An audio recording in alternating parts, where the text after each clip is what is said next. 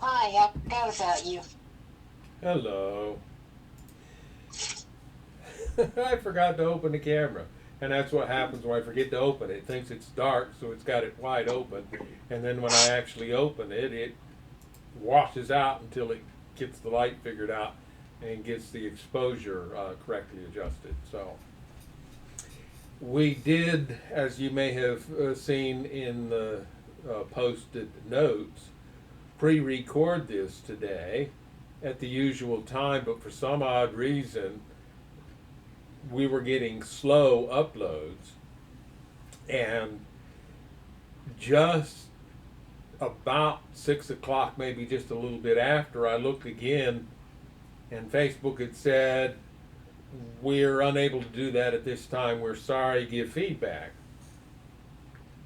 So I tried again to get it started uploading, and it just promptly came back with that same thing. So I said, "Well, all right, let's see if we can do this live tonight." So, barring, I have a question for you. all right, Why did you say that? did I say, Maybe it was evil, why did I say what? but it was an odd reason. Maybe it was an even reason. Oh, well,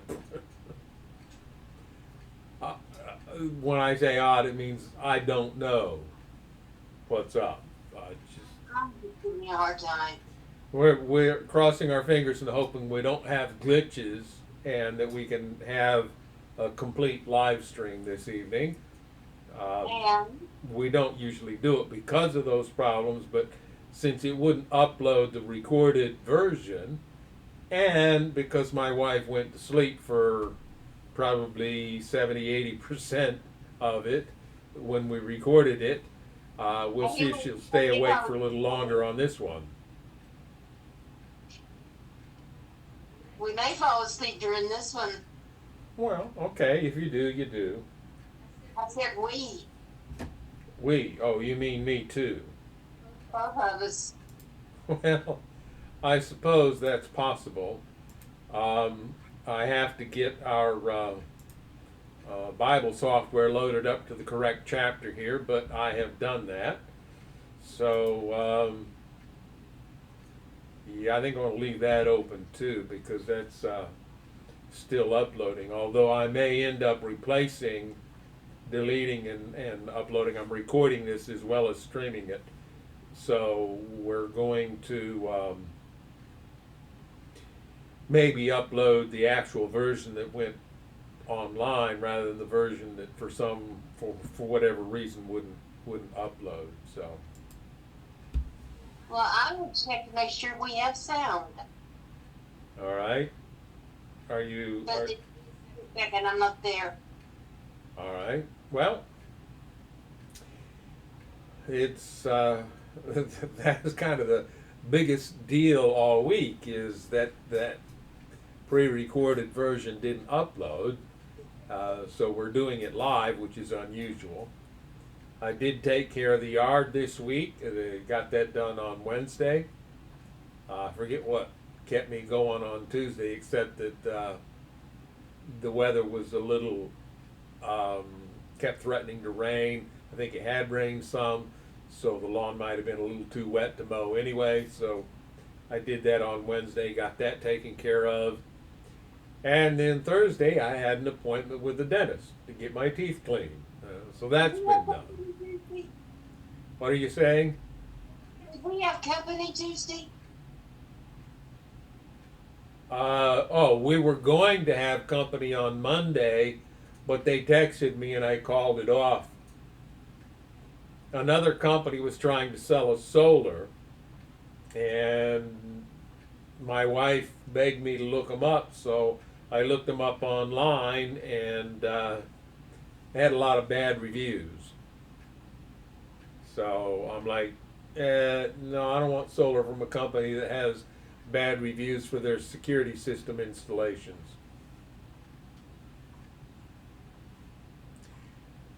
But that was Monday. The guy texted to see if it was still okay, and I texted back and said, please don't come, and he was nice about it, and he didn't come. So, and I don't know. Our not so shy cat may show up. She was over here clawing on the chair when we were recording. The shy cat is where she was when we were recording, which is right over that way in a chair, and she's asleep. But she's been in that chair a lot lately.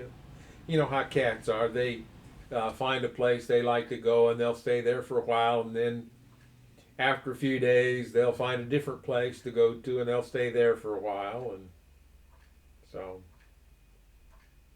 I think we did mention a few weeks back we were having a problem with our shy cat not using the litter box, and we may have mentioned what the problem was. Essentially, by not using the litter box, she was telling us, I can't get to it. There's a monster in the way. A noisy cat eating monster. Well, it wasn't noisy at the time, but apparently the cat has that association in her mind when it is noisy and doesn't want to walk past it. So we put that away, and she's been good this week. So It's called a vacuum cleaner. yeah.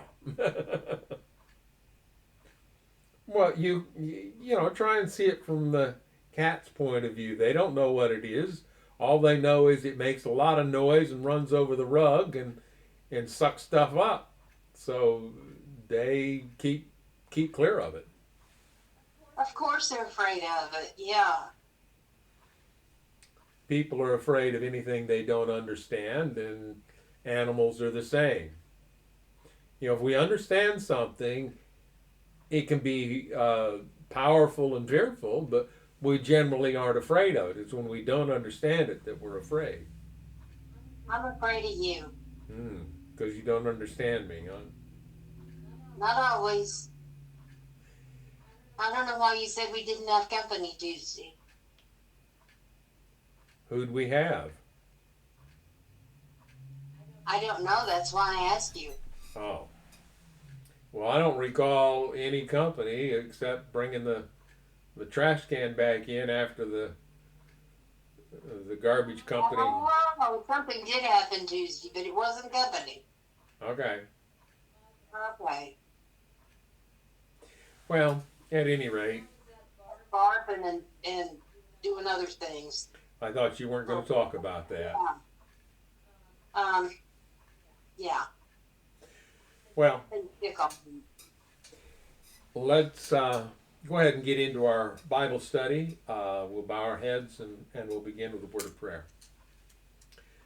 Our Father in heaven, we thank you for all the blessings, and we thank you for this opportunity to meet and to open the written word and to contemplate what has been written there and to think about your love and your goodness and to hopefully let that seep into our consciousness to a level that we become like you.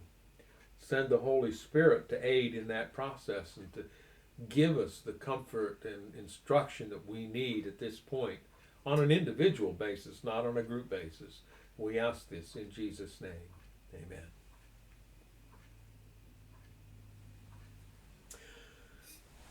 So, one good reason not to go with the pre-recorded version is that I forgot to switch scenes. So we're reading, but the people couldn't see the text we were reading because I forgot to switch from the full camera scene to this scene. So it was just a picture of me reading. And I think it's important for people to be able to read along. So now they can see it. But I would like to just watch a video of you, just whatever. She likes to have me come in there and play a game so she can go to sleep while she says she's watching it.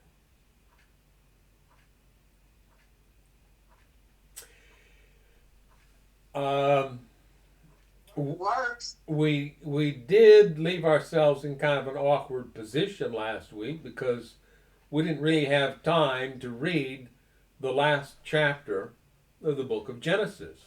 And there's actually quite a few things that we've discovered to talk about in it. And so we didn't do that, and that means that we're going to cross over from Genesis into Exodus most likely. When we recorded this, we did get into Exodus. That's why the subtitle is up there the way it is. Um, but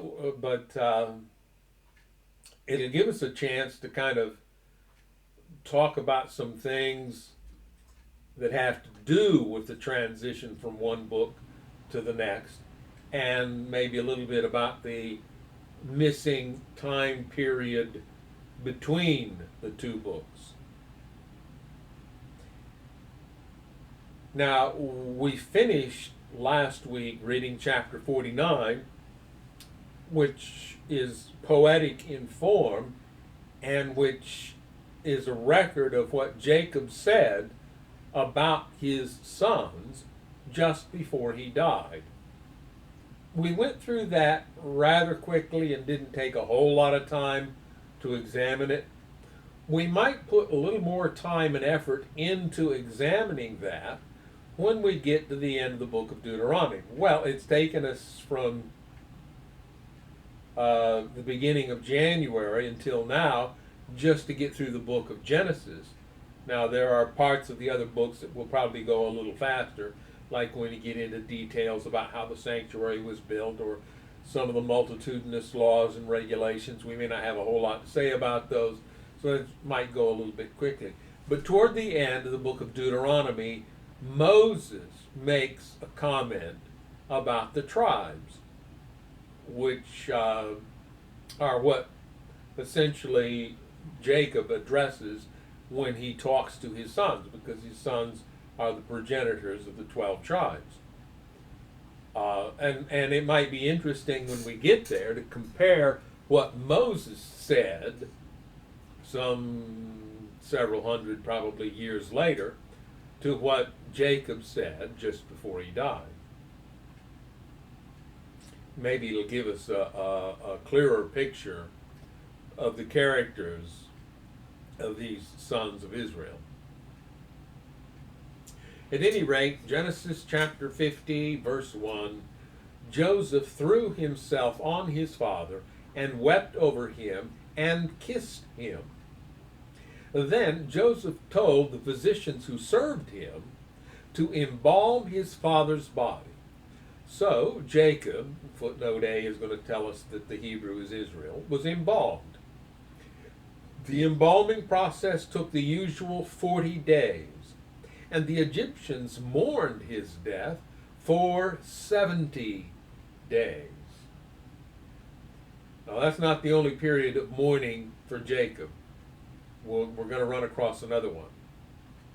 But for now, they mourned his death for 70 days, another month past the period of embalming.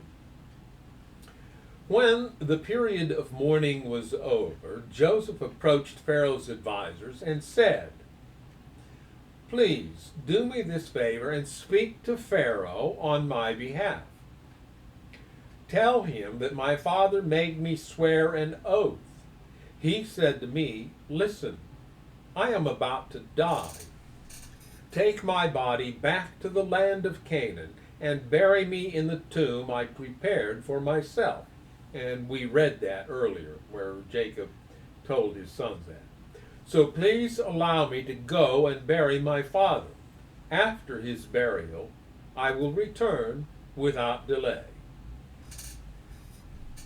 Now, there's something kind of interesting in this, in that Joseph did not go speak to Pharaoh himself.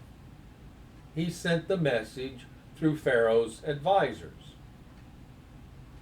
Now, at the time of the plenty and the time of famine, those 14 years, Joseph was second ruler in Egypt. Everybody did what Joseph said to do, and the only one greater than Joseph in Egypt was Pharaoh himself.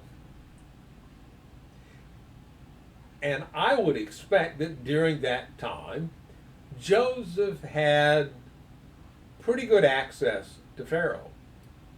I mean, he would need to. So Pharaoh would know what was going on, could back him up when it was needed, could be part of the discussions of how to deal with the problems, which we're going to get into in here in a moment, of the people when they ran out of money to buy the grain that had been stored up. Um, so now the crisis is over. The information we have suggests that Jacob spent 17 years in Egypt, and only 5 of those were years of famine. So after that, life got back to normal, and there had been 12 years of normal. During those years of normal, Joseph's services were not as necessary. And it is possible that because of that, he, while still a prominent person in Egypt and still probably having certain leadership roles, he did not have the level of access to Pharaoh that he had had during the period of crisis. Now, we also, when we recorded this, spent a little time talking about the way Joseph handled the situation when the people ran out of money. They, to begin with, bought the grain from Pharaoh that had been stored up, and thus they were able to eat and live. When they ran out of money, they came to Joseph and said, "What are we going to do? We can't pay for it anymore." And Joseph said, "Well, give me all your livestock." So for a year, Joseph used the grain to buy all the Egyptians' livestock for Pharaoh. Well, then they were out of money and they were out of livestock, and they still needed to buy food. The famine wasn't over yet. And so Joseph gave them food in exchange for their land. Now, Pharaoh owned all the land, and in the process, Joseph also imposed a 20% tax. 1/5 of all the land produced would belong to Pharaoh, the rest the people could use for themselves, and that's because Pharaoh owned the land. Now, when we get into the other books of Moses, and we read some of the laws and restrictions that were placed on the people, we will see that God limited the effects of the by then accepted systems of commerce that the world had adopted. Recall that the ancient Babylonians, where Abraham grew up, were the ones who invented the whole idea of commerce, money and trade, and so forth. And so now the world at large has adopted the system and lives by it, and seems to think that the whole system is the greatest thing since sliced bread. So now the people and the rulers of Egypt all expect that the system of commerce will be maintained even in this crisis period. And so Joseph, as godly in character as he might have been, still felt obliged to go along with this system of commerce and end up essentially buying all the land for Pharaoh and enslaving all the people of Egypt to Pharaoh for perpetuity in order to maintain the expectations of the system of commerce. That doesn't mean he agreed with it. He may not have, but he went along with it. And I think we can see that same principle at play in the book of Romans, when Paul says that every believer should submit to the civil authorities that are there. God has allowed them to do this because God knows the mess that the human race is in. He knows that while this is not his ideal system, it's necessary. And so he expects us, as long as we live in this world, to submit ourselves to the authority of the government, even though we know that government, coercive government of the sort that we're used to in this world, is not the way God goes about doing things. We can hold that it is not godly and still go along with it because this is where we live. And I think that's an important principle. And I think that principle is illustrated here in the actions of Joseph regarding how the Egyptians would pay for the grain so that they could survive and live through the famine. And of course, we know that even today, famine still strikes that part of the world from time to time, and the famines can, even when the world engages in relief efforts to take food to the people, that people can end up dying because there isn't enough food to feed them.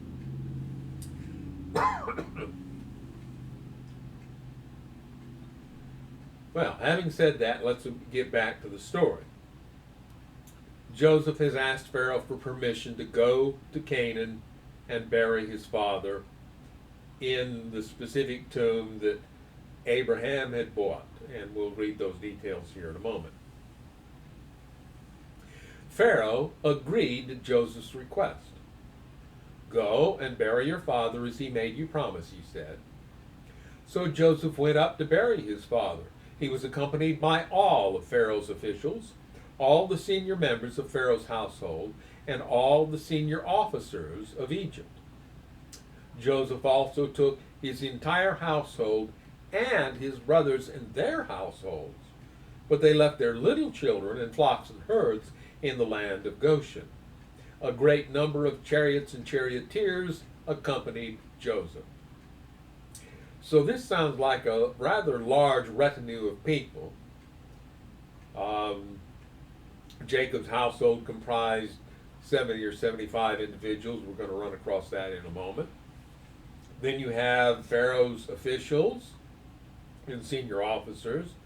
All these people going to Egypt in a big convoy to bury Jacob. So, we'll scroll down here so it's easier to see that.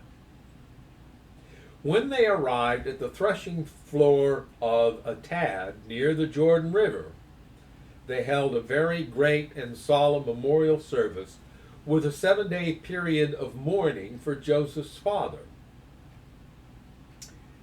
Now, when we recorded this, I ran and got my Bible dictionary to look up this Atad. This says that it's near the Jordan River. The Bible dictionary said the location is between Jericho and the Jordan River. Well, Jericho is relatively close to the Jordan River, and it is near the mouth of the Jordan River where it empties into the Dead Sea. So Atad would also have been about there. And that's where this entire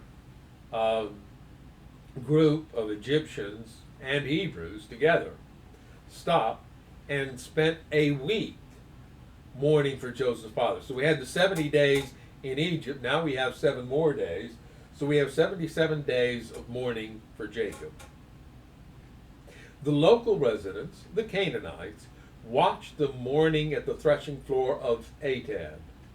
Then they renamed that place, which is near the Jordan, Abel Mizraim, for they said, "This is a place of deep mourning for these Egyptians." Abel Mizraim is a Hebrew term that means mourning of the Egyptians. I think it's Hebrew. Doesn't say that here in the footnote, but I think that's what it is. So Jacob's sons did as he had commanded them. They carried his body to the land of Canaan and buried him in the cave in the field of Machpelah near Mamre. This is the cave that Abraham had bought as a permanent burial site from Ephron the Hittite. He did that after Sarah died. He needed a place to bury her, and he bought it. And that's another indication that commerce was a big deal already at that point in history. Are you there or are you asleep? Yes. Both? Yes. Okay. Well, I haven't really woke up yet today. Yeah.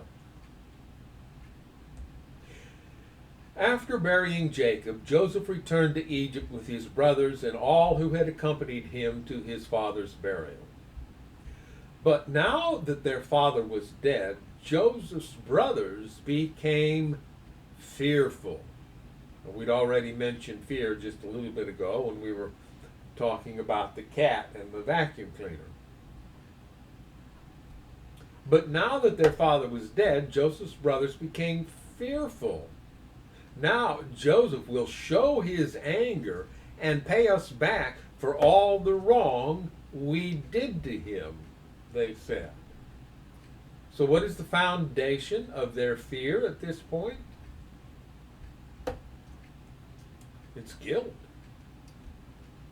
They know that what they did back then was wrong.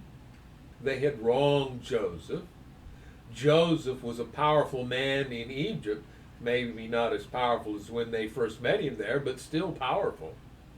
And if he had wanted to make life hard for them, he certainly could have done so. And this stoked their fears. So now they send a message to Joseph. Verse 16. So they sent this message to Joseph. Quote, "Before your father died, he instructed us to say to you, 'Please forgive your brothers for the great wrong they did to you, for their sin in treating you so cruelly.'" Now they're quoting their father there, and we don't know if that was something that Jacob actually said or if it's something the brothers made up. It's not recorded whether he said it or not. So, I mean, they said it, we have to take their word for it or not, depending on whether or not we believe them. "So we, the servants of the God of your father, beg you to forgive our sin." When Joseph received the message, he broke down and wept. Then his brothers came and threw themselves down before Joseph. "Look, we are your slaves," they said. Well, why are they saying this bit about being his slaves? Remember when he told his dreams, they scoffed at them, and now they're intentionally fulfilling them. Why are they doing this? Why are they saying this? Well, they are hoping to appease their brother so he doesn't do what they're afraid he might do. And Joseph cries because Daddy tells him, "Don't you do anything to get even." I think Joseph cried because of the distrust this demonstrates his brothers had. I had my tongue in my cheek when I said that. Yeah. He had done many good things for them. Through his action, they had come to Egypt and had survived the famine based on the food that Egypt had stored up. So he had done good things for them. He had been kind to them. He had fulfilled his father's desire to be buried in Canaan, and he had done all the work to make that happen. But they're still afraid of him, and that probably broke his heart. So he wept about it. But Joseph replied, Looking at that, there are people that you bend over backwards to try to please, to reach out to, and try to love them and win them over, but they absolutely, totally reject you no matter what. And it breaks your heart you know, to finally recognize there's nothing I can do. And I think that's exactly what's happening with God, because He's reaching out, trying to win people over. And when He recognizes there's nothing else that He can do, He lets go and He cries. He has to cry. mm-hmm, It hurts. mm-hmm. But Joseph replied, "Don't be afraid of me. Am I God that I can punish you? You intended to harm me, but God intended it all for good.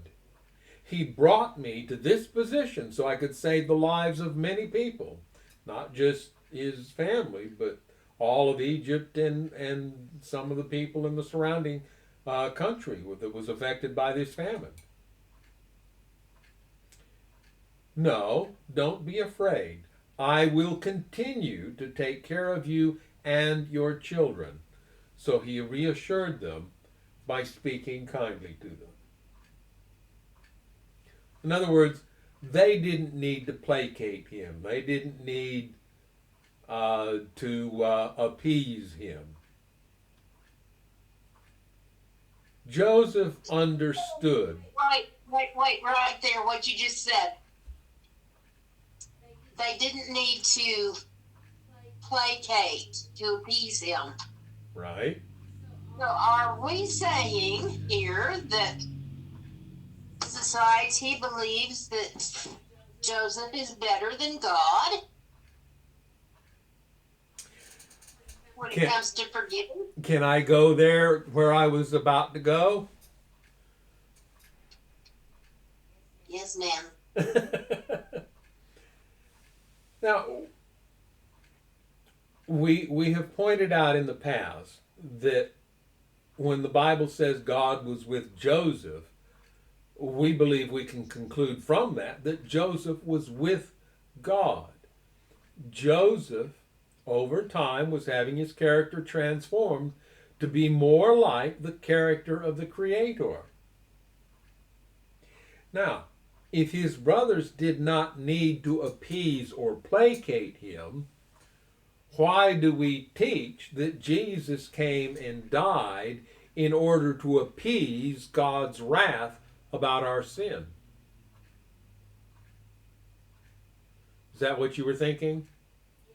Yes. Yeah.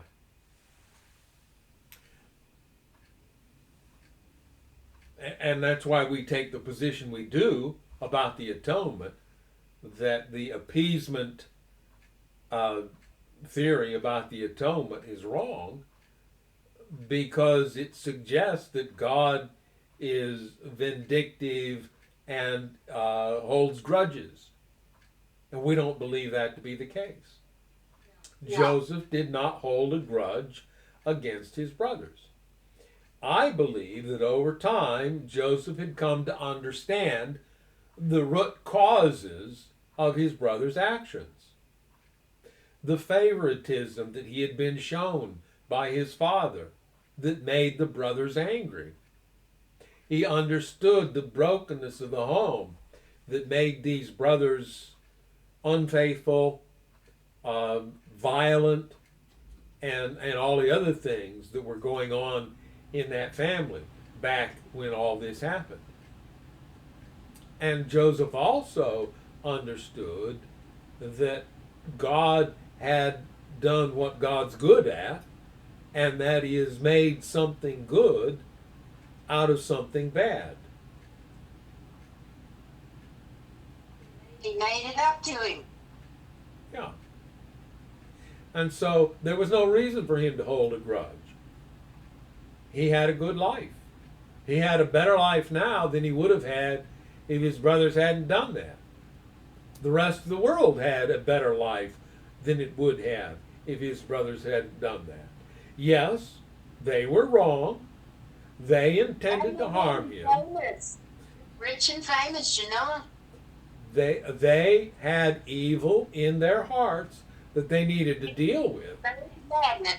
But it wasn't Joseph's job to deal with them and their failings. He specifically says there in verse 19, "Am I God that I can punish you?" You need to deal with your issues, with your failings, with your guilt between yourselves and God, not with me. I don't hold a grudge. You don't need to deal with me. Get things right with God, because God can do for you what I can't.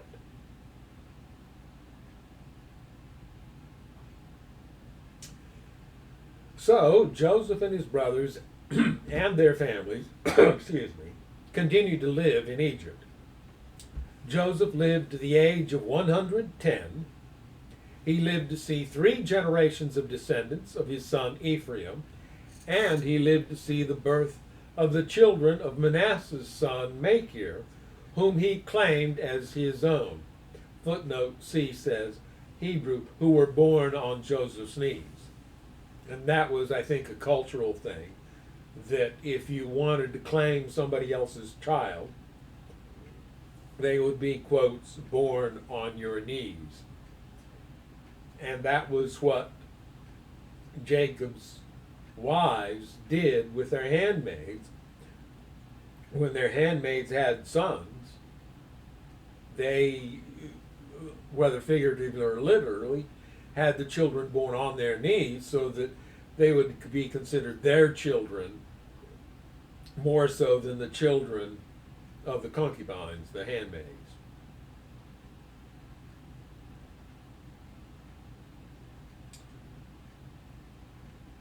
"Soon I will die," Joseph told his brothers, "but God will surely come to help you and lead you out of this land of Egypt.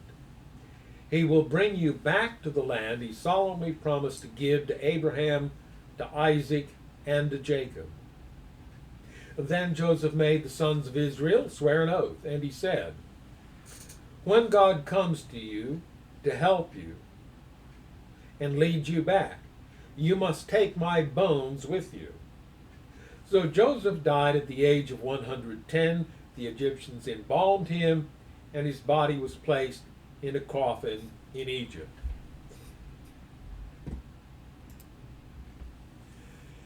So, we have finished the book of Genesis, and we read here that Joseph died at the age of 110. Now, if we go back a few generations, Abraham's father Terah lived to be about 225 years old. Abraham himself only lived to 175 years of age, so that was 50 years less than his dad. Isaac actually outlived his dad, lived to be 180. And then Jacob, Isaac's son, Abraham's grandson, died before 150 years, 147, just 3 years short. And now here's Joseph, and he's dying 37 years short of his dad. And when we recorded this, I speculated if maybe the lifestyle and diet of Egyptian royalty, if you wish, had an impact, an influence on how long Joseph lived. There is a suggestion here that at least some of Joseph's brothers, most of whom were older than him, were alive when he died. So they outlived him by at least a few years.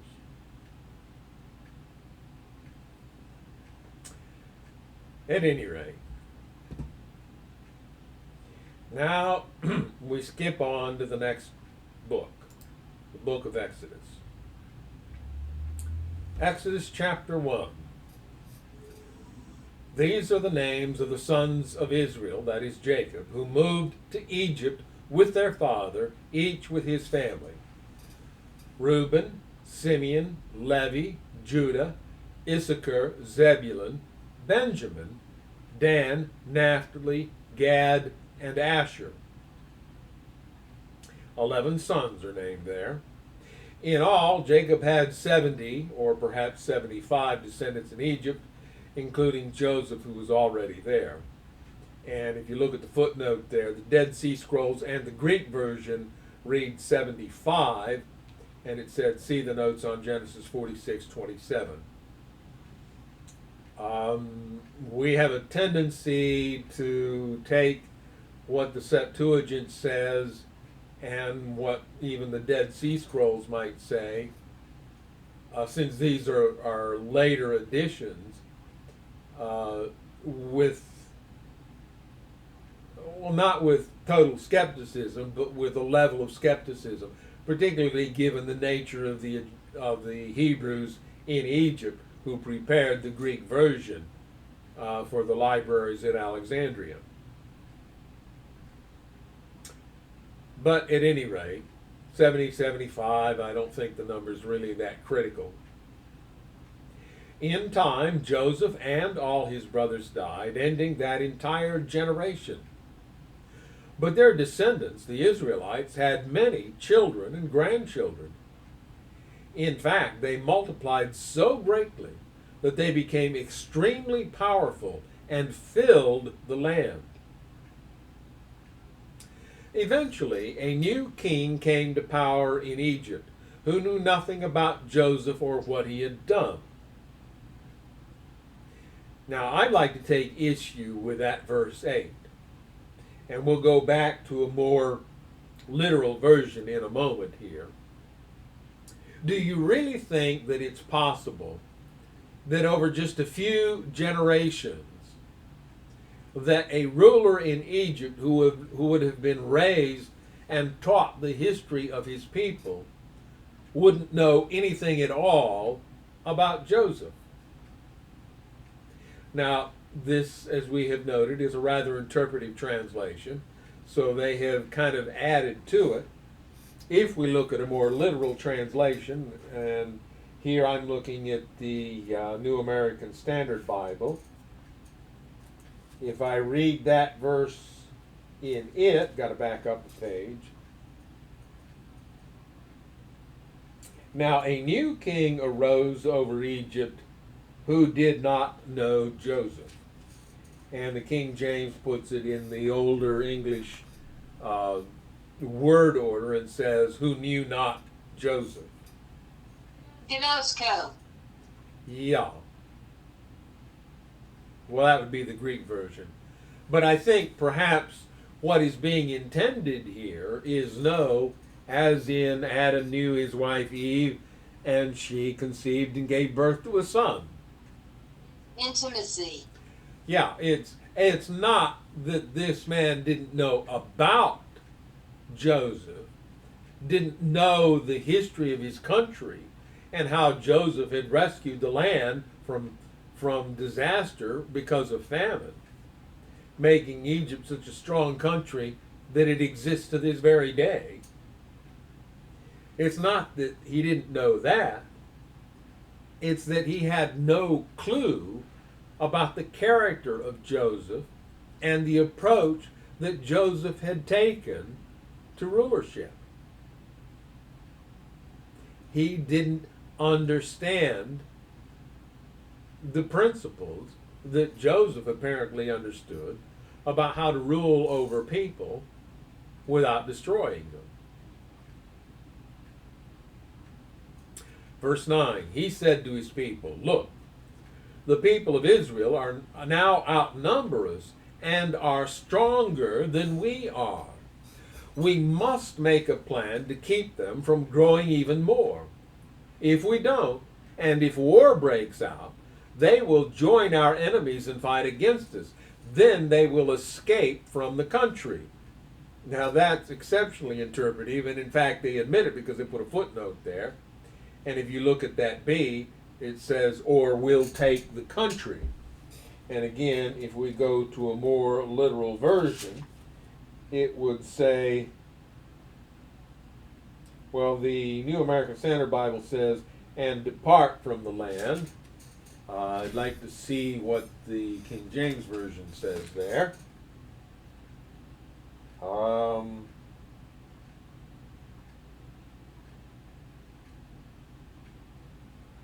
well, this is interesting how the King James puts it.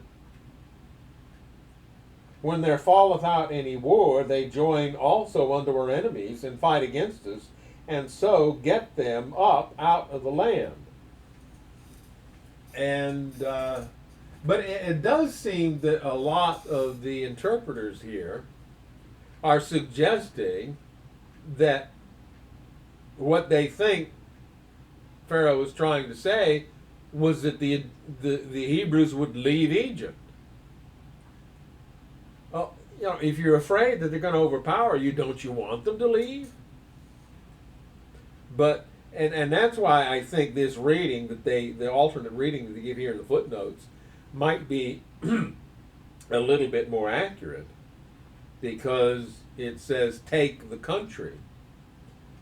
In other words, they take the side of our enemies and defeat us and take the country for themselves. And then we wouldn't have it. The point is that what the king, or what Pharaoh is doing here, he was the king, is he is stoking the fears of his people in an attempt to build his own power. People will give up their liberties more readily if they are afraid. We see that happening in our own day.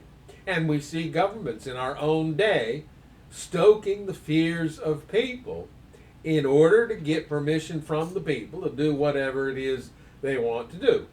We might take the example of Vladimir Putin, who has stoked the fears of his people about what the Ukrainians are doing to Russian-speaking peoples in Ukraine to get permission to attack and engage in a military campaign against Ukraine, with what is probably the ultimate goal of annexing Ukraine to Russia.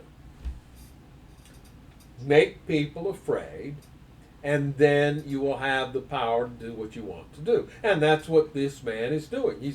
He's making his own people afraid in order to get what he wants. Is this stochastic terrorism? Is this the what? Is this? Are you speaking of? Stochastic terrorism? Uh, Well, that may be part of what he was doing, since he was since we know what he was about to do, and we can read that he was going to get the people of Egypt engaged in oppression of the Israelites. Verse 11, so the Egyptians made the Israelites their slaves. Now, slaves are an economic thing.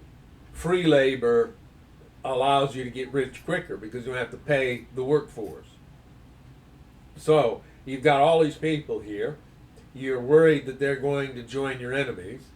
So you subject them to forced labor. You get their labor more or less for free, reduced costs anyway. And that boosts the economy, and so that will help Pharaoh's political efforts. They appointed brutal slave drivers over them, hoping to wear them down with crushing labor. They forced them to build the cities of Pithom and Ramses as supply centers for the king.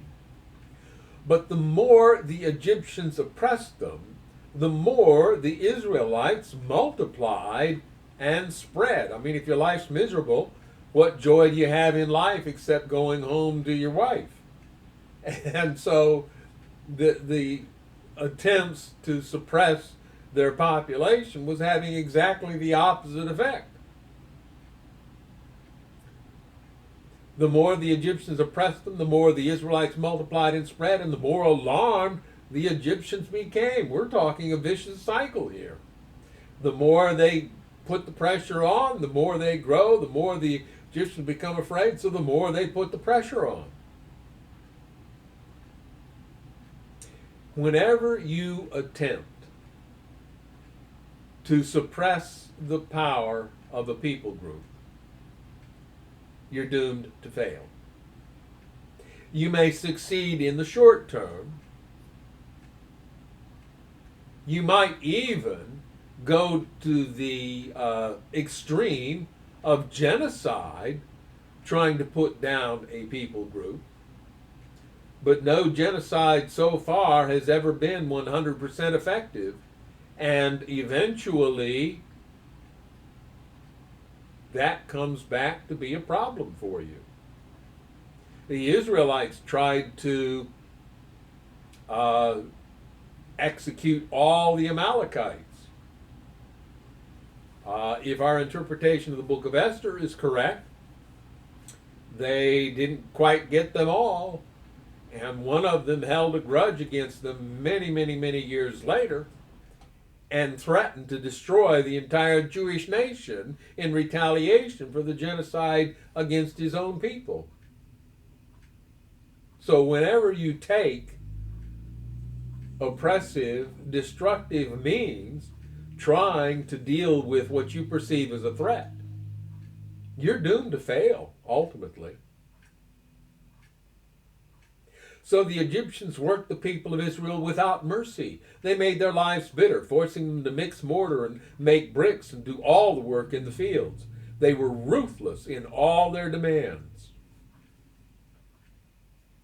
Then Pharaoh, the king of Egypt, gave this order to the Hebrew midwives, Shiphrah and Puah. And I checked, all the versions say that these midwives were Hebrew. So I don't know why Pharaoh thought they would do what he was about to tell them to do, but he tried it anyway. When you help the Hebrew women as they give birth, watch as they deliver. If the baby is a boy, kill him. If it is a girl, let her live. But because the midwives feared God, they refused to obey the king's orders. They allowed the boys to live too. Now there's a footnote there, as they deliver, footnote C. Literally, the Hebrew says, look upon the two stones. And they suggest that perhaps this is a reference to a birth stool. And we looked at a number of other versions, and all the other versions suggest birth stool in this case. So, Pharaoh is wanting to have all the boys killed, but the girls allowed to live. What's he attempting to do here? Well, recall that in that culture at that time, the nationality of a child was determined by the nationality of the father. It was a very male-dominated culture and society. So the child was determined by the nationality of the father. Now, his concern right at the beginning was that the Israelites were outnumbering the Egyptians. And he was trying to reverse that situation. Well, if he can take advantage of all the Hebrew females by having them have their children by Egyptian males, then their children will be considered Egyptian, not Hebrew. And so he can take advantage of the Hebrew fertility by having his men impregnate the Hebrew girls, and then the children would be Egyptian, not Hebrew. And that's why you kill the boys, because then there aren't any Hebrew boys to make any children that are Hebrew. That's what he was trying to do. And we have people in our world today, when they get involved in this idea that instead of us all being human, that we are this people and that people and the other people, and we start dividing ourselves up. Then, because of evolution, we start thinking competitively. Well, now we've got to outnumber these other people. If these other people are reproducing at a higher rate than us, then we've got to fix that. And we've got to put restrictions on uh, birth control and abortion and on homosexual relationships, because these things reduce the growth of the population. We've got to keep population growth up. That in a world that is barely able to support the people that are in it. But, evolution doesn't think like that. It doesn't think what's smart. It thinks what will get me above my competitors. And when you're thinking competitively, you'll do stupid things. And so essentially, that's what's going on here in Egypt. They're trying to outdo the Hebrews in population, and this was the Pharaoh's idea of how to go about it. Kill the boys, let the girls live. Can I say something here? Sure. You just made me remember something. Um,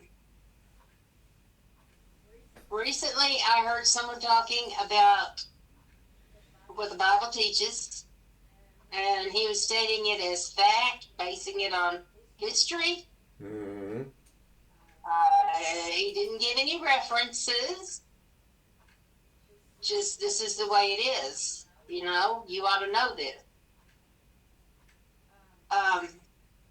And he began talking about the Apostle Paul, not Peter, Paul. And he was talking about how Peter was uneducated and Paul was educated. And Paul had all this and all that, and despite that, God used him.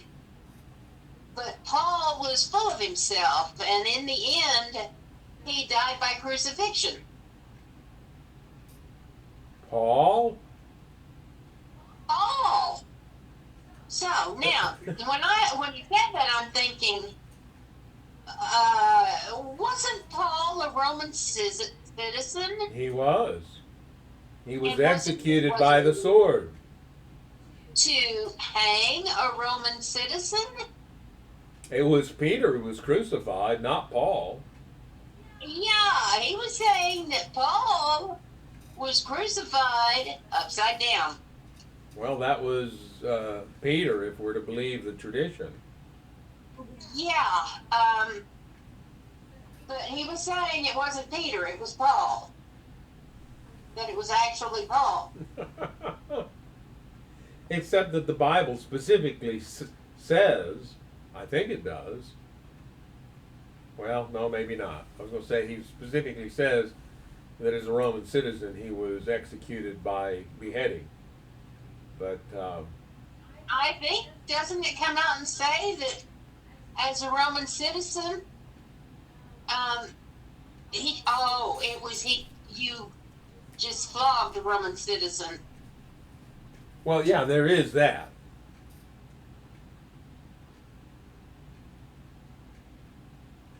And he actually was born a Roman citizen, Right. not purchased it. Right. The officer that he was talking to said, I paid a lot of money for my citizenship. Paul said, well, I was born a citizen. Yeah,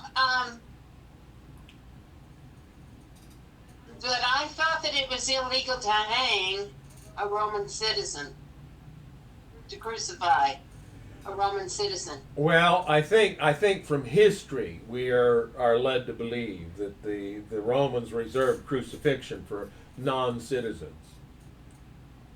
It was used mostly against slaves, but they used it against the Jews and other subjected people groups in order to maintain their iron-fisted rule, which in the end didn't work. Rome eventually fell too, but Verse 18, so the king of Egypt called for the midwives. Why have you done this? He demanded. Why have you allowed the boys to live? The Hebrew women are not like the Egyptian women, the midwives replied. They are more vigorous and have their babies so quickly that we cannot get there in time. I'm not sure if that was true or not, but that's the story they told, and it seems that Pharaoh bought it because it then says, so God was good to the midwives, and the Israelites continued to multiply, growing more and more powerful. And because the midwives feared God, he gave them families of their own. And then Pharaoh gave this order to all his people: throw every newborn Hebrew boy into the Nile River, but you may let the girls live. Doesn't the Nile have crocodiles?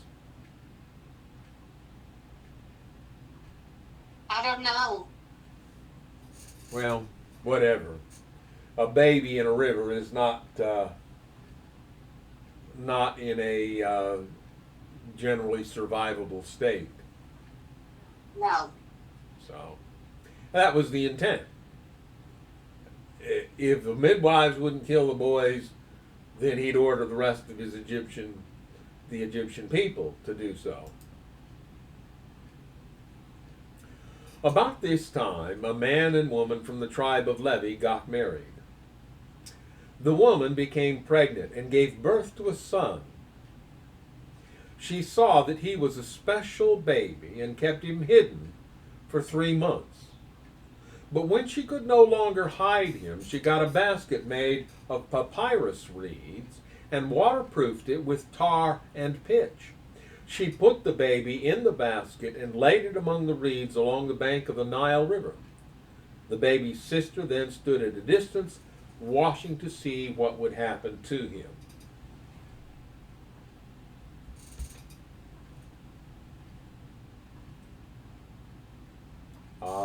Yeah. So, what do you think of the teaching that Moses was not actually a real person, but rather a story made up to use for examples? Would that be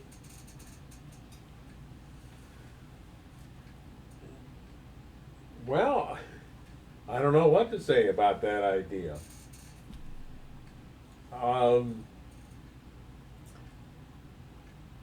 There is tradition outside the book of Genesis that suggests that Moses was a very real person. Now, I wanted to read out of the NIV that bit about out of verse 2 there of Exodus 2, verse 2. The NIV says, when she saw that he was a fine child, she hid him for 3 months. I want to look in the book of Acts because Stephen referenced the story of Moses in his speech to the Sanhedrin just before he was stoned to death.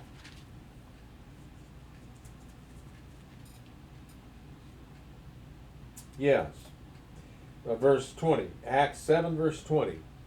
At that time Moses was born, and he was no ordinary child. For 3 months he was cared for in his father's house. When he was placed outside, Pharaoh's daughter took him and brought him up as her own son. So there was something special about Moses that his mother recognized and that was recorded for us, not only here, but also then when Stephen retells the story, he says Moses was no ordinary child. And I'm guessing that his mother was encouraged to hide him as she did, specifically because she could see how unique and special this child was. And the bit about the basket was a very creative approach to both thwarting and obeying the king's command. What was the king's order about the male children? They were to be thrown into the Nile. So she threw him into the Nile. After very carefully preparing and sealing a basket to put him into the Nile with to keep him protected. So she was thwarting the king's decree and keeping her son alive at the same time throwing him, after a sense, into the river. So she put the baby in the basket and laid it among the reeds along the bank of the Nile River. The baby's sister then stood at a distance watching to see what would happen to him. Now, when you first. What? Any mother that looks at her newborn child, if she is a normal mother, is going to feel like there's something about her child that's special. Yeah. I don't think there was anything different about the way that Jochebed felt about Moses that any other mother felt about her child. Then why does the Bible make a point of saying that he was special and not ordinary? Because Jochebed said so. And maybe it was also based on what would happen to him later in the story, too. That could be the fact that he was raised to be royalty.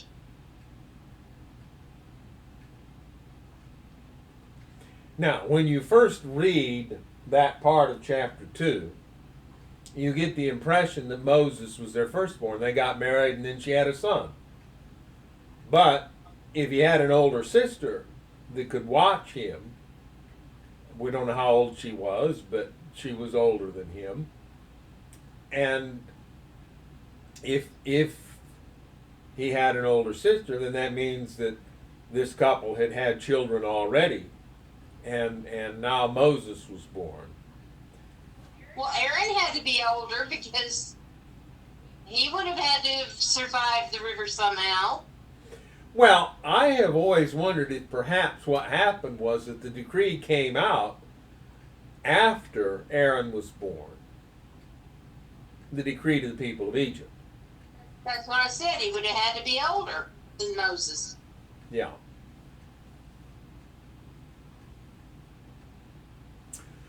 Soon Pharaoh's daughter came down to bathe in the river, and her attendants walked along the river bank.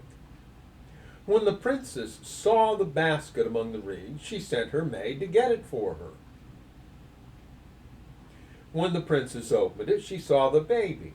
The little boy was crying, and she felt sorry for him. "This must be one of the Hebrew children," she said.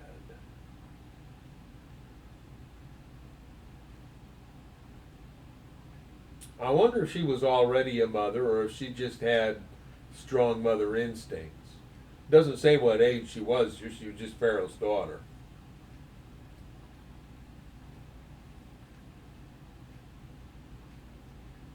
But she felt sorry for him. She had some level of compassion. She recognizes that the baby is not Egyptian but Hebrew. Of course, that may simply be because it was in a basket in the river, and no Hebrew would have done that. I mean, no Egyptian would have felt the need to do that, so it must be Hebrew. And then, promptly, the baby's sister approached the princess. "Should I go and find one of the Hebrew women to nurse the baby for you?" she asked. That strikes me as kind of bold, but then she might have been a bold girl.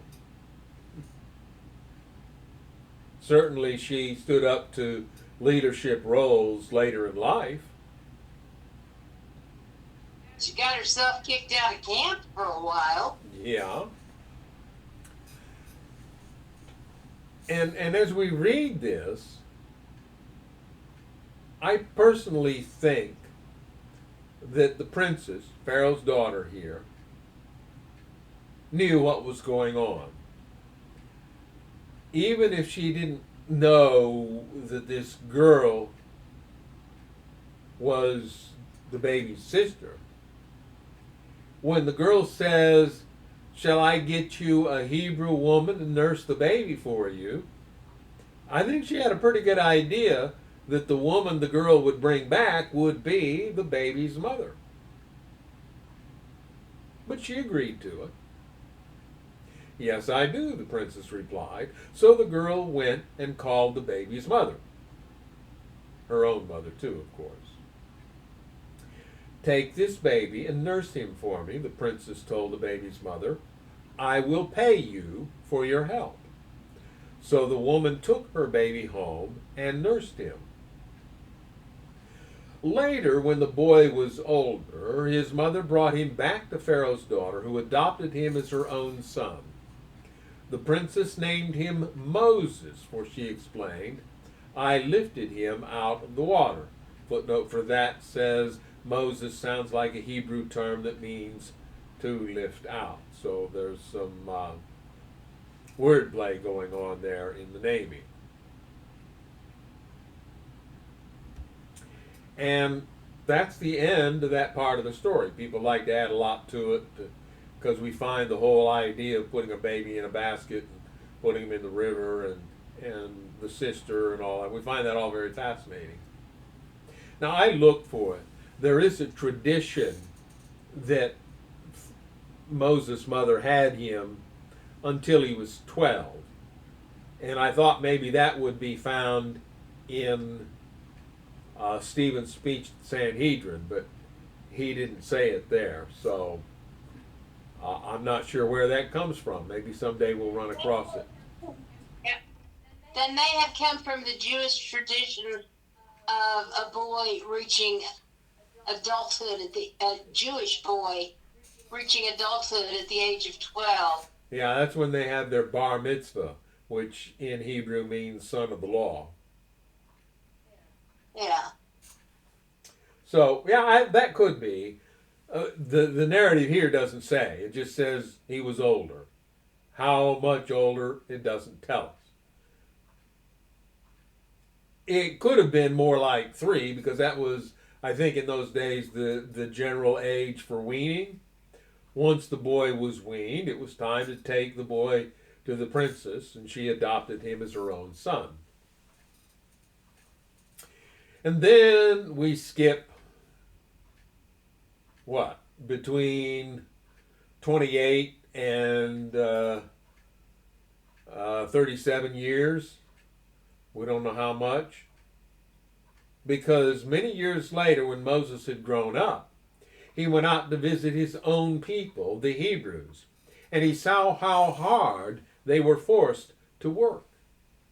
During his visit, he saw an Egyptian beating one of his fellow Hebrews. Remember that the Egyptians had hired their sergeant types, their tough guys, to become slave masters to cruelly oppress the Israelites. And so it would be no surprise that you would find an Egyptian taskmaster beating a lazy or sick slave who wasn't performing up to expectations. After looking in all directions to make sure no one was watching, Moses killed the Egyptian and hid the body in the sand. So,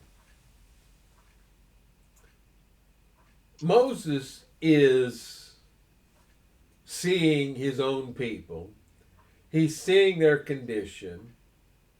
It upsets him. He probably gets angry. And having been raised by the Egyptians, we believe, to be a military leader. That's what the extra biblical traditions suggest, that Moses was the leader of an Egyptian military campaign against the Ethiopians. And if that's the case, then he has probably learned the martial arts from the Egyptians. So he's skilled in hand-to-hand combat. And so it was not a big deal for him to be able, even with his bare hands, to kill this Egyptian taskmaster for beating a Hebrew slave. And he thinks he's done it secretly. He thinks nobody knows. He hides the body in the sand. Well, okay, nobody will figure out why this Egyptian is dead, he thinks. The next day, when Moses went out to visit his people again, he saw two Hebrew men fighting. Well, this is ridiculous to him. How can you ever hope to rescue yourselves from slavery if you can't even avoid infighting? And so he goes up to these two men and he says to the one that he perceives to be in the wrong, "Why are you beating up your friend?" And the narrative there says, Moses said to the one who had started the fight. Now listen to how the man responds. "Who appointed you to be our prince and judge? Are you going to kill me as you killed that Egyptian yesterday?" Now we see two phenomena here that are exhibited in our modern world as well.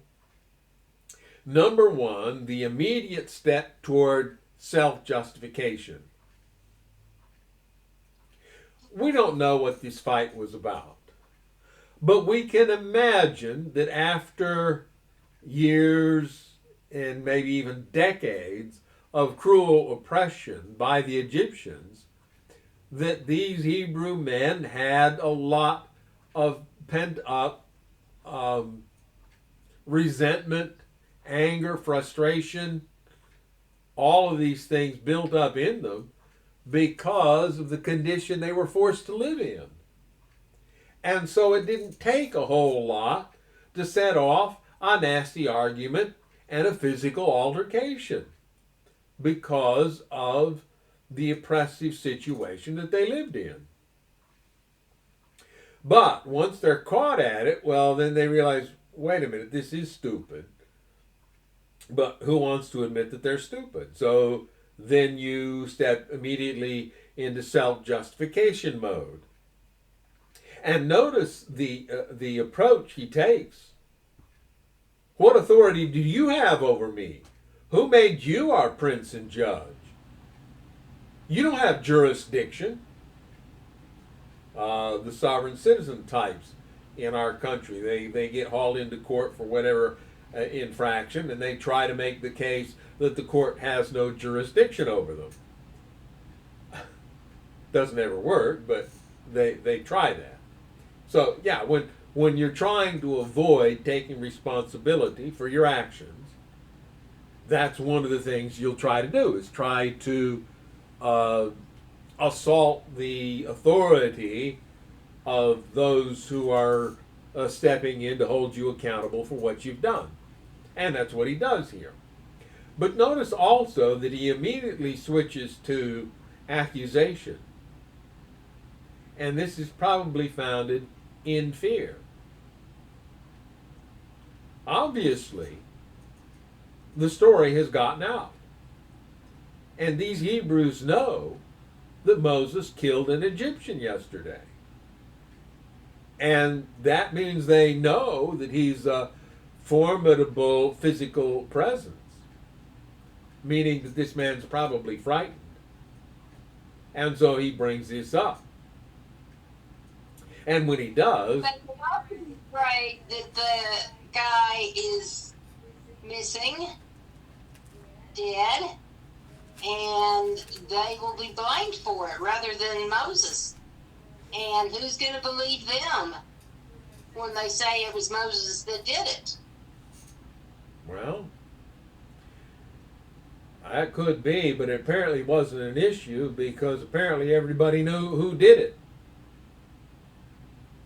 Then Moses was afraid, thinking, everyone knows what I did. And sure enough, Pharaoh heard what had happened, and he tried to kill Moses.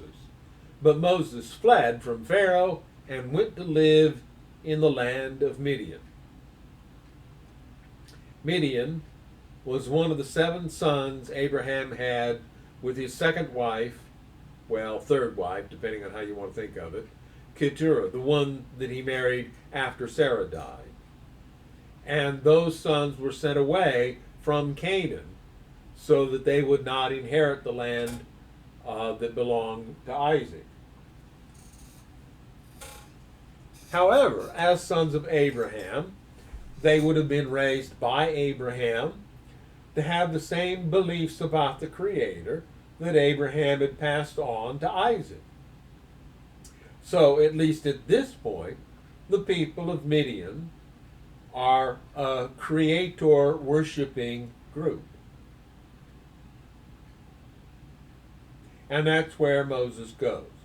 Now, we don't know for sure where they lived, but there is evidence to suggest that they may have lived in what we today would call Saudi Arabia.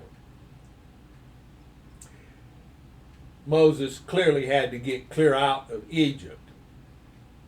The Sinai Peninsula today belongs to Egypt. It probably belonged to Egypt back then as well. So it wouldn't have done Moses any good to run somewhere into the Sinai Peninsula and stop. If the Egyptians had control of that area, he needed to get out of the area of Egyptian control. And he finds himself in the land of Midian. And now we have another well and flock watering story. You may recall when Abraham's servant went to Padan Aram to get a wife for Isaac, that he made a deal with God about how he would know which girl was the right one for Isaac. And his deal was that if a girl showed up, he would ask her for water. If she agreed to give him water and also then offered to water his camels, he would know that this was the right woman for his master's son. And that's exactly what Rebekah did. She came by, the servant asked her for water. She offered not only to give him water, but to also water his camels, which probably involved quite a bit of work, as we've noted before. And so Rebekah ended up traveling with this servant back to Canaan to become Isaac's wife. Then, when her favoritism and her husband's favoritism led to conflicting views on who should receive what, and she ended up getting her favorite son in trouble with her not so favorite son, she sent her favorite son away to Padan Aram to wait until his brother wasn't so angry he would kill him.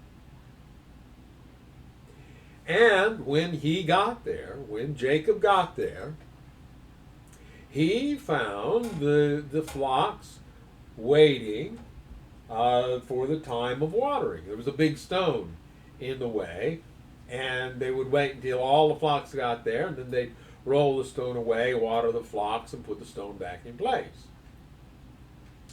And Jacob saw Rachel there, and he went googly-eyed over her, and he asked why they weren't watering the sheep, and they said, well, okay. So he rolled away the stone. He did the watering. Now we're going to have a similar story, but with a twist. When Moses arrived in Midian, he sat down beside a well. Now, the priests of Midian had 7 daughters who came, as usual, to draw water and fill the water troughs for their father's flocks. But some other shepherds came and chased them away.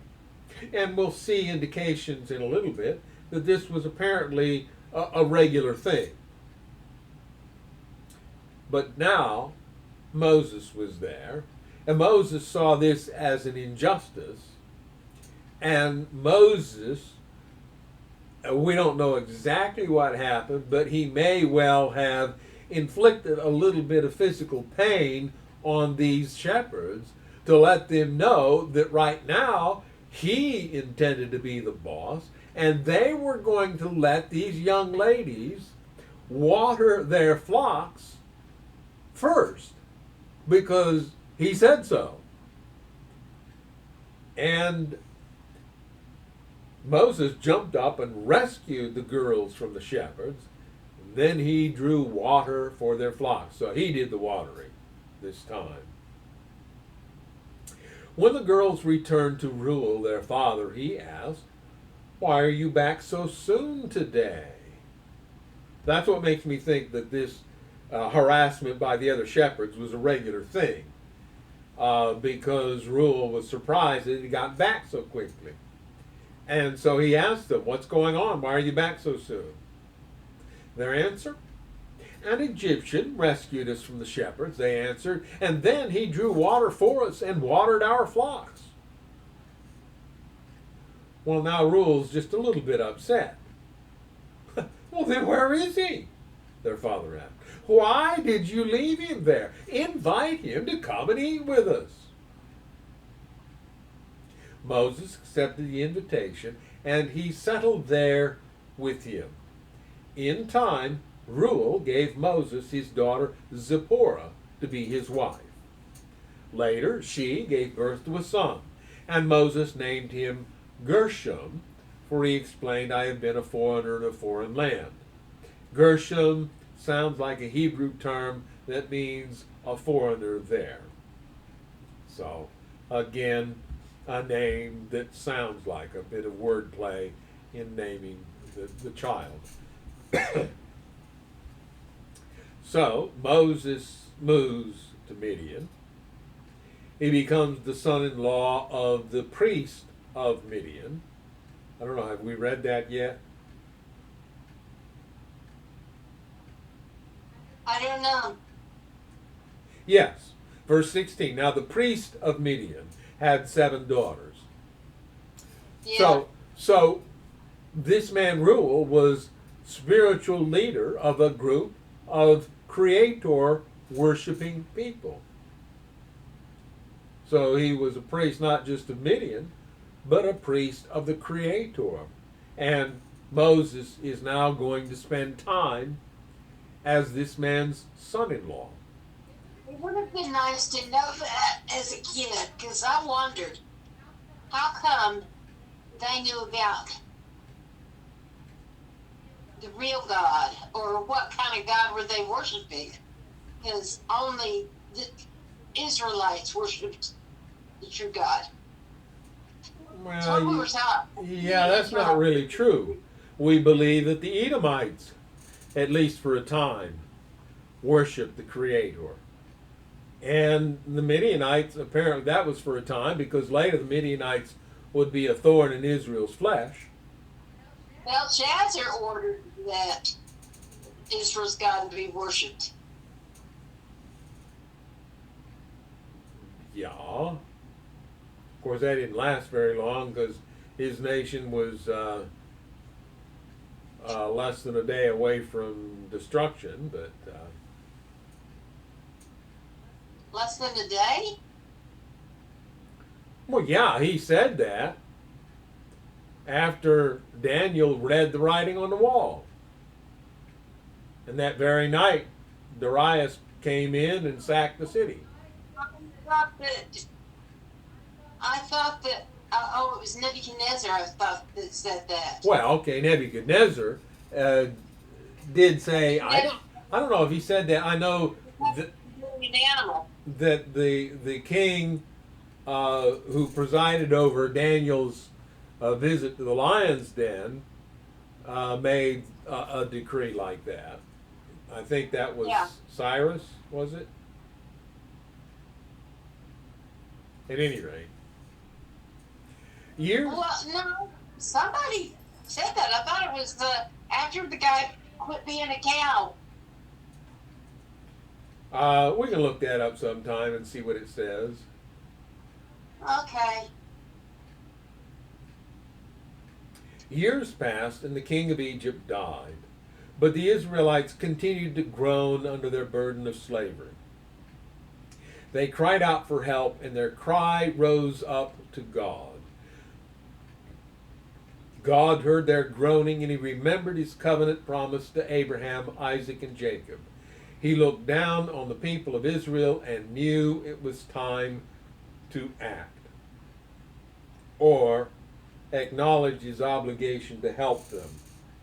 And a more literal translation says, God took notice of them. That's the New American Standard Bible reading of it. And that is one way that eventually, when you use oppressive means against the people, that you're doomed to failure. Because it is possible that they will cry out to God and that God will hear their outcry and will take the kind of action that the Creator God would take to alleviate that. And we can talk about that in the future as we continue to cover the book of Exodus. And I see here that we're a little bit over our time, but we did take a short break in there. The recording is going to be just about the right amount of time for our usual Friday night Bible study. So we will continue reading from the book of Exodus next week. Hopefully, we won't have to do it live this time. So, until next week, we wish you well and we say goodbye and God bless. Night, everyone.